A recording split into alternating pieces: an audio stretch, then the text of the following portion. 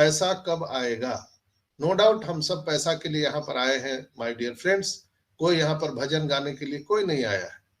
हम सभी को पैसा चाहिए। जो 4 साल से यहाँ पर है, 5 साल से है या 2 साल से है, सभी की जो सेवा है वो बिल्कुल ही यहाँ पर शहर से स्वीकार्य है।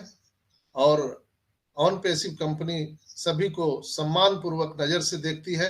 यहाँ पर कोई एमएलएम नेटवर्क मार्केटिंग नहीं है कि आपका टीम है कि टीम नहीं है, कि आप जीरो है कि हीरो है, कोई फर्क नहीं पड़ता है दोस्तों। यहाँ पर जो लोग भी है वो एक संस्थापक सदस्य के गरिमा को प्राप्त कर चुके हैं। ये एक अपने आप में बहुत बड़ी चीज है। सोच के देखिए, मैं बार बार कहता हूं कि अगर Google, Facebook, WhatsApp, Amazon, Microsoft के अगर आप संस्थापक सदस्य होते तो आपकी जीवन शैली कैसी होती। कल्पना करके कभी आंख बंद करके सोचिए तो पता चलेगा। फाउंडरशिप यानी संस्थापक सदस्य होने की आहारता जो है, क्या आपने पूरा किया है, वो भी अपने आप में आपको देखना पड़ेगा, जज करना पड़ेगा। क्या आप उसके एलिजिबल है कि नहीं है, वो भी आप ही को जज करना पड़ेगा। यहाँ सब कुछ इन हाउस है, सब कुछ परोक्ष रूप से आपके समक्ष उपस्थित है दोस्तों। आप अपनी आंखों से क्या देख सकते हैं, क्या नहीं देख सकते हैं, क्या करना है क्या नहीं करना है, वो सारी चीजें क्रिस्टल क्लियर है। मैं सिर्फ आपको एक चौकीदार के माध्यम से आपको जागते रहो का एक मैसेज देता हूं।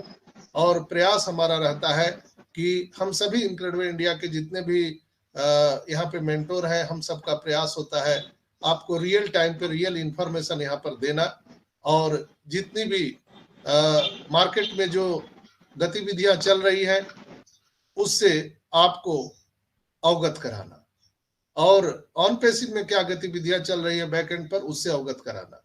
बहुत सारे लोग यहाँ पर आपके भविष्य के साथ खिलवाड़ करने का प्रयास भी कर रहे हैं, तो आपको उससे भी सावधान रहना है दोस्तों। कहते हैं ना कि जब आप तपस्या करते हैं तो बहुत सारे राक्षस, बहुत सारे उपद्रवी आकर के आपकी तपस्या को भंग करने का प्रयास करते हैं माय डियर फ्रेंड्स। आपको तरह तरह के प्रलोभन दिया जाता है। कभी मेनका आएगी, कभी उर्वशी आएगी, पता नहीं कौन कौन भेष में कौन कौन लोग आएंगे और आपको अपने डेस्टिनी तक पहुंचने से रोकेंगे। यानी आप ईश्वर प्राप्ति की आकांक्षा से जो आप तपस्या रत है, 5 साल से, 4 साल से, 3 साल से जो आपने तपस्या कर रहे हैं, उस तपस्या को भंग करने का पूरा प्रयास किया जा रहा है। ये कोई गलत नहीं है, ये प्रकृति का नियम है। ये वेद युग युगांतर सभी से ये चला रहा है कि जब भी कोई तपस्या करता है ईश्वर की प्राप्ति करने के लिए, उसको भंग करने के लिए खुद ईश्वर, खुद प्राकृतिक आपको ऐसी संभावनाएं, असंभावनाएं आपके समक्ष प्रस्तुत करता है। अब आपको क्या करना है वो आपके बुद्धि विवेक पर निर्भर करता है कि आप मेनका उर्वशी के चक्कर में फंस करके आप अपने तपस्या को भंग कर देते हैं या ईश्वर को प्राप्ति करना चाहते हैं, वो आपके ऊपर में है। तो यहाँ पर हम सब ऑन पैसिव में एक संस्थापक सदस्य होने के नाते यहाँ पर हम ईश्वर की प्राप्ति तो हम नहीं कह सकते हैं, लेकिन हम ऑन पैसिव को प्राप्त करने के लिए आए हैं, आर्थिक आजादी के लिए आए हैं दोस्तों। और यहाँ पर जो हमारे सम्मानित को होस्ट हैं उनसे आग्रह है, कृपया बार बार यहाँ पर आप थोड़ा सा चेंज ना करें, चूंकि इससे क्या होता है आपकी यहाँ पर जो कनेक्टिविटी है उसमें थोड़ा सा प्रॉब्लम आता है। इसलिए आप अपने अंगुली को कमांड रखें और सहयोग करें इस मीटिंग को सफल होने में। दोस्तों फिर वही मैं बात कह रहा था कि आपको तपस्या भंग करने का बहुत प्रयास करेंगे। आपके घर से आपको प्रॉब्लम आएगा, आपकी पत्नी आपको विरोध करेगी। अगर आप यहाँ पर महिला फाउंडर हैं तो आपके पति आपको विरोध करेंगे, आपके बेटा बेटी आपको विरोध करेंगे, आपके आस पड़ोस वाले विरोध करेंगे। पता नहीं क्या क्या, कितने यूट्यूबर आएंगे, कितने आपको सांप सीढ़ी के खेल वाले यहाँ पर आएंगे, लूडो खेलने वाले आएंगे, कितने प्रकार के लोग आएंगे कि आपका सतीत्व भंग हो जाए, आपका जो तपस्या है वो भंग हो जाए और आप आर्थिक आजादी के जो पाने के फिनिश लाइन में है आप उससे वंचित रह जाएं। वो आपके ऊपर में निर्भर करता है दोस्तों, आपको क्या करना है क्या नहीं करना है। यहाँ पर स्टार्टिंग से ही हमारे गुरुजनों ने बताया है, चूंकि मैं बार बार कहता हूं कि इंडिया में हमारे जस्सी भाई ने इस कारवां को शुरू किया था, और उस समय कोई भी न वीडियो था न कोई ऑडियो था। साथ साथ हमारे यहाँ पर उपस्थित हमारे राजेंद्र भटकर साहब, उन्होंने भी इस कारवां को शुरू किया था। और मुझे याद है जब मैं 2020 में इस बिजनेस को ग्रैब किया था, इस यात्रा को मैंने शुरू किया था, तो उस समय कोई मीटिंग नहीं होती थी, कोई मीटिंग नहीं होता था, ना कोई वीडियो था ना कोई ऑडियो था, कोई कुछ नहीं था। सिर्फ ऑन पैसिव का एक मिशन विजन था, 2-3 वीडियो थे ऐश मुफारा के, वही इधर उधर घूमते थे। जस्सी भाई के साथ जो हम लोग बात करते थे उसको हम लोग ऑडियो रिकॉर्डिंग करके और टीम में भेजते थे। हमारे भटकर साहब जो उनसे बात होती थी, उनका ऑडियो रिकॉर्डिंग हम लोग लोगों को भेजते थे, ताकि जो जितना भटकर साहब उस समय बोलते थे, जस्सी भाई बोलते थे, हम लोगों को समझ में नहीं आता था।